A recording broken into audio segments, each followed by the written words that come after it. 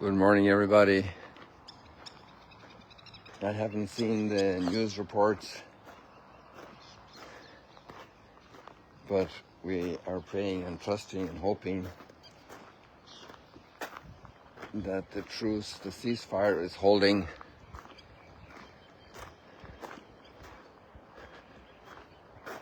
That we won't need more massive destruction to say it's time to stop.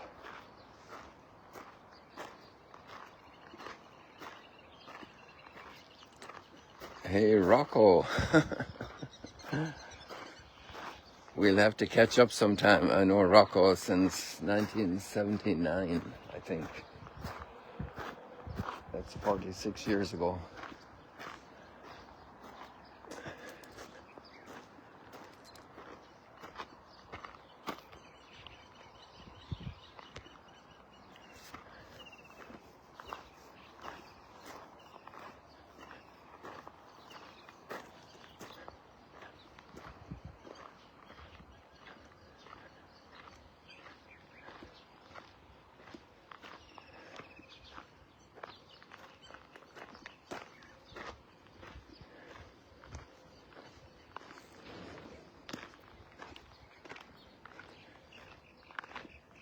So we have a very big story today.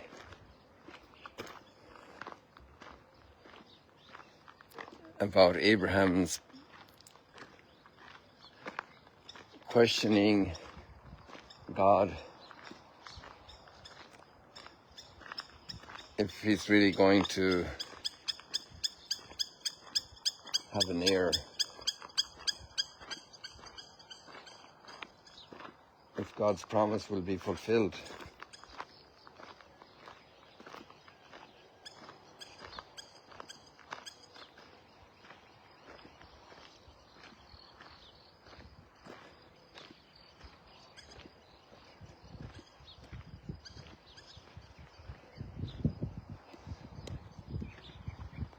And then we have a very strong message to all those who claim to speak for God. And they're all of us who teach our faith, from parents to catechists to priests and bishops and all those who are putting up messages on the social media about the faith. We're sharing messages. In a certain sense, we're all called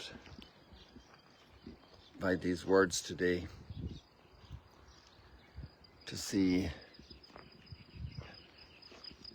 if we're giving fruit.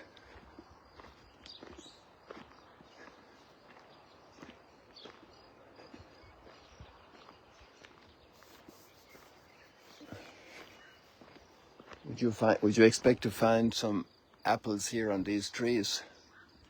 Or some pears? They're eucalyptus trees.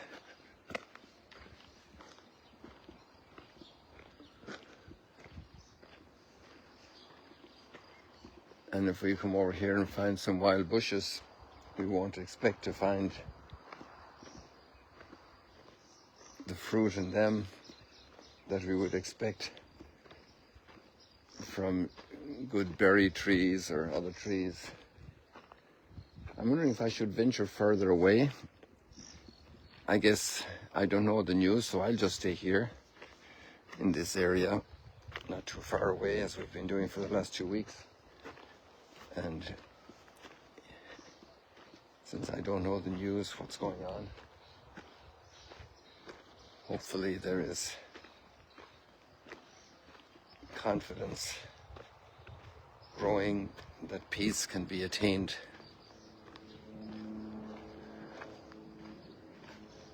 So I don't think you're going to come out here to reap strawberries.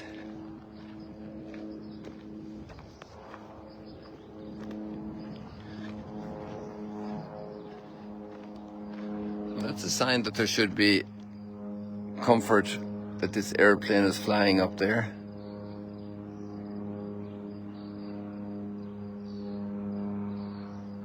It's a recreational aircraft. So That's telling me then that the guy who flew that plane, flying that plane, he has checked the news this morning. So let's go a little further afield.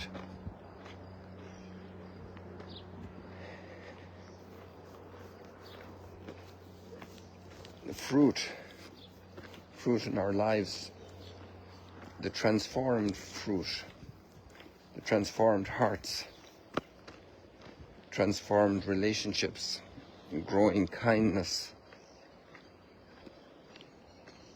self-giving, gentleness,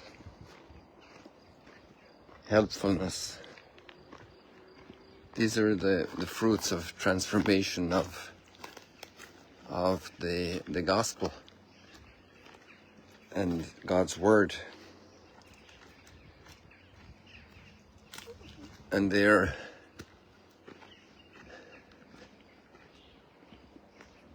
part of the evidence that everyone who speaks for God must bring to bring good fruit, to let it develop in our lives.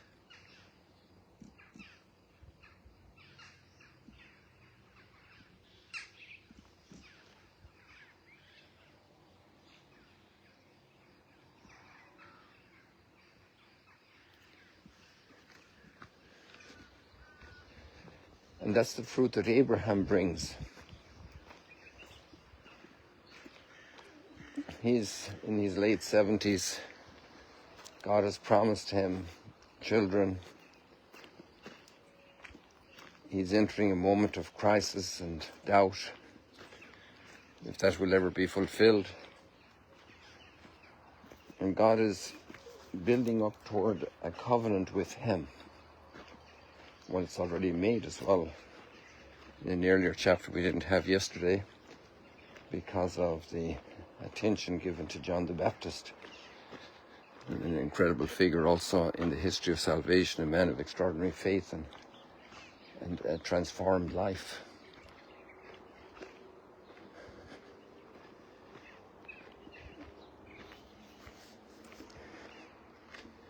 And Abraham believed in God. Count the stars. Some commentators observed that after this conversation Abraham had with God, the sun set. Well, if the sun set after God said to him, look at the stars, then this means that when God said to Abram, go out and count the stars, he couldn't see a single one.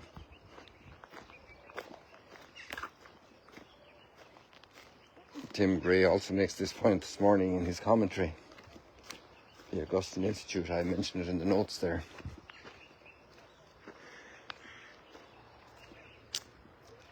And that summary line that God credited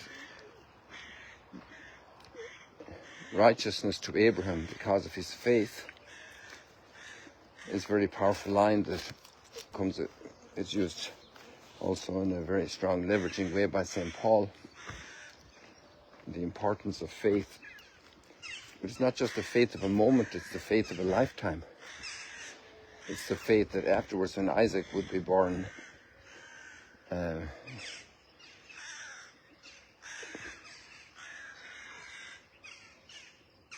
Abraham was ready to sacrifice him. Abraham kept going every day, moving with his flocks, resolving disputes with Lot, living a life conformed by the covenant with God, the covenant with his family, the way he treated Lot, with his detachment from material gain. He let Lot choose the better part.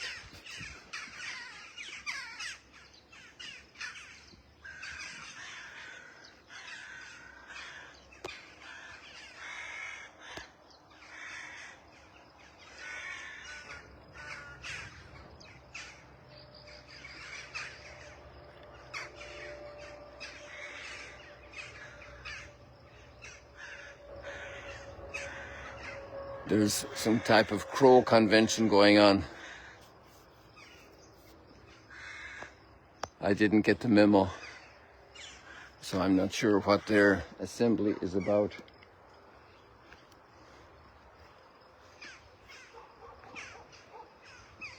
And there we all know our own weakness, and we know that we need grace to have this response of faith. And we can say to the Lord, Lord, increase my faith. I believe, increase, and take care of my unbelief.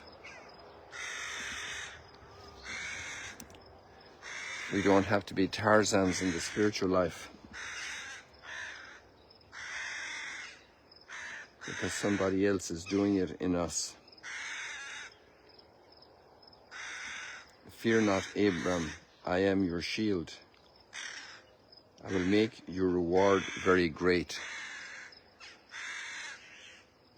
And his reward was not just the sheep and the camels and the land, and even the children that he would have. As wonderful as that is, his reward is much more the friendship with God forever. That we have no idea how to measure that relationship with God, the bliss God will give us, the fulfillment. We are just tasting the appetizers here.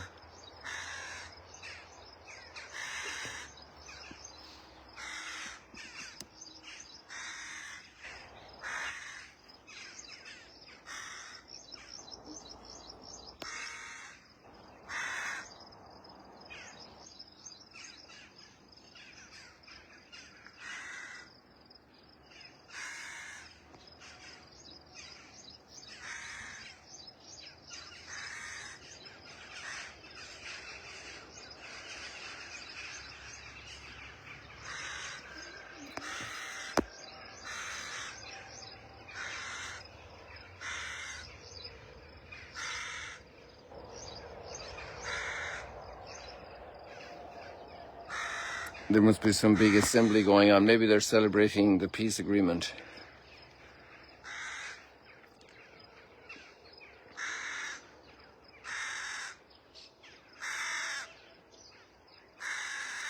And God helps Abraham to recall all the things he has done so far in his life.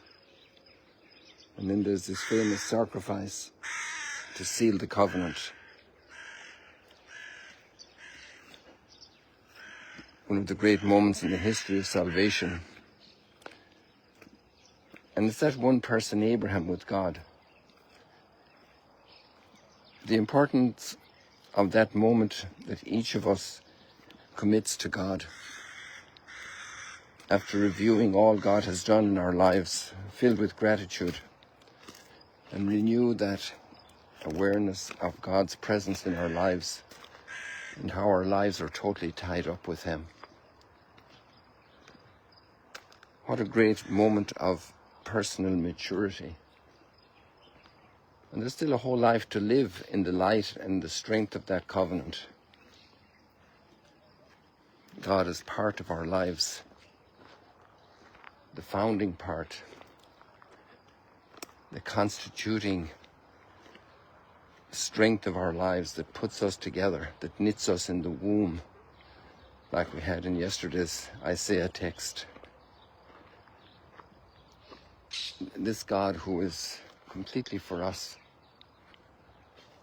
And then as Christians we see the expression of that on Calvary. The blood of the new covenant poured out for us. I will provide the lamb of sacrifice, because we are not even capable. He does it. And all of that to foster in us that great sense of belonging to God, of being His,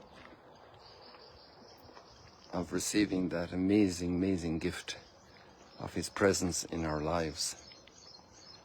He is with us.